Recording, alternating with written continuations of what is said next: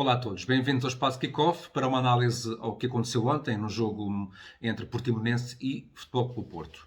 E começando apenas por aquilo que aconteceu dentro do relevado, que é onde supostamente devem acontecer as coisas do jogo, houve 4 lances, ou 5, que nós poderíamos aqui escolher rapidamente para analisar. 4 deles nas áreas em que supostamente se pediu, se alegou pontapé de penalti. Nós estamos a falar em todos eles de questões de intensidade, a velha questão da intensidade. E a intensidade mais não é do que haver uma carga ou uma eventual carga sobre um jogador, e a dúvida é nós de fora percebermos o seguinte. Primeiro, se aquele contacto, aquele toque nas costas promovido de um jogador sobre o outro é ou não suficiente para o derrubar, para infringir. E a segunda parte é perceber se o jogador que sentiu o toque, de algum modo, potenciou a queda, dramatizou, teatralizou ou de facto foi mesmo carregado ao ponto de ser projetado para o solo. E como há dúvidas muitas vezes nestes lances, não é sempre claro perceber quando é que é ostensiva a carga ou empurrão, muitas vezes dizemos que, sendo de intensidade, merece a interpretação do árbitro. Ora, 2 ou 3 destes lances pareceram de facto bem decididos. Um primeiro lance aos 8 minutos, aliás, são 2 lances consecutivos na mesma jogada.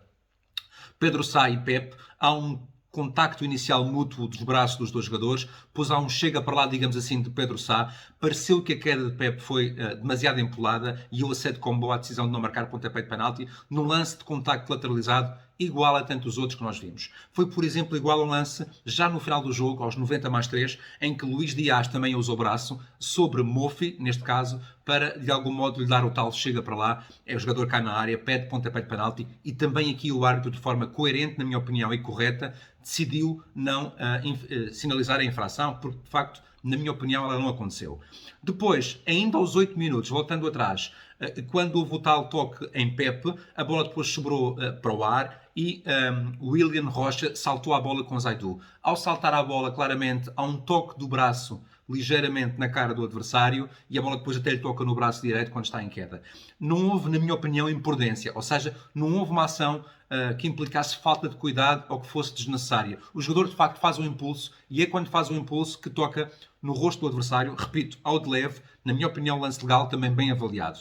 O único momento que me parece ter sido mal decidido, e repito, é um momento de análise subjetiva sujeito a outras opiniões, aconteceu depois aos 59 minutos, já na segunda parte, quando Pedro Sá de novo parece puxar e agarrar o ombro direito de Otávio, impedindo-o de jogar a bola. É um lance difícil porque o defesa do Portimonense de facto toca na bola com o pé esquerdo, começa de fora e acaba dentro da área, e sendo um agarrão de fora para dentro cometido pelo defesa, é passível de ser punido com pontapé de penalti, porque aí é a exceção, é onde termina e não onde começa. Mas de facto pareceu-me que aquele empurrão, pela forma como o Otávio caiu, pareceu-me suficiente para ser falta, e a ter sido falta teria sido para pontapé de penalti. O árbitro não entendeu assim. Deixando de lado tudo isto, dizer apenas que o gol do Porto, aquele que foi mais discutido, foi legal. Houve a ilusão inicial, antes do autogol de Pintasilgo, que a bola teria batido, tocado na mão direita de Sérgio Oliveira. Se isso tivesse acontecido, ainda que de forma involuntária, o lance seria para punir, mas a verdade é que nas repetições que nós tivemos acesso depois do final do jogo, vê-se claramente que a bola toca na coxa direita, na parte posterior da coxa, e não na mão. Portanto, muito bem o vídeo-árbitro em validar o lance como legal. Entre os 66 minutos e os 72 minutos, como repararam, não se jogou futebol. E quando se fala tantas vezes em tempo útil de jogo muito baixo e a bola não rolar, também temos que nos lembrar que muitas vezes isso acontece por questões que não são da responsabilidade nem do árbitro, nem do comportamento dos jogadores. E ontem não foram.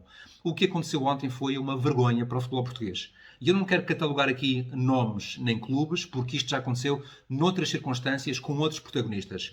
O que é certo é que não pode acontecer. O jogo esteve interrompido cerca de 5 a 6 minutos para que vários jogadores e vários elementos dos bancos técnicos tentassem impedir agressões entre 2 treinadores de futebol profissional.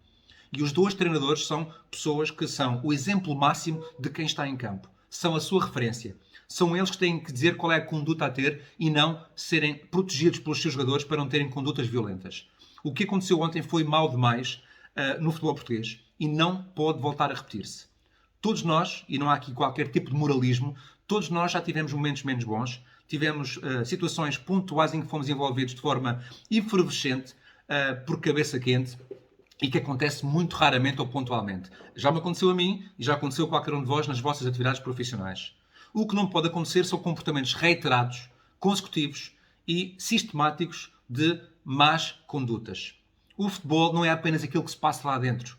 As coisas não acontecem lá dentro e é normal. Não é assim. Este futebol é visto por milhões de pessoas.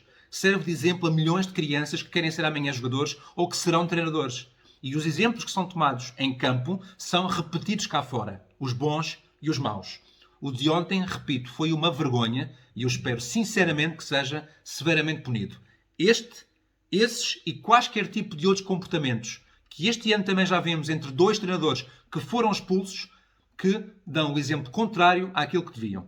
Repito, todos nós temos dias maus, todos nós temos o direito a cometer excessos, não o podemos fazer desta forma tão reiterada e desta forma tão invasiva naquela que é a nossa ideia de ver o jogo em casa ou no estádio. Foi francamente mau e deve ser exemplarmente punido. Se não, vergonha para quem não o fizer.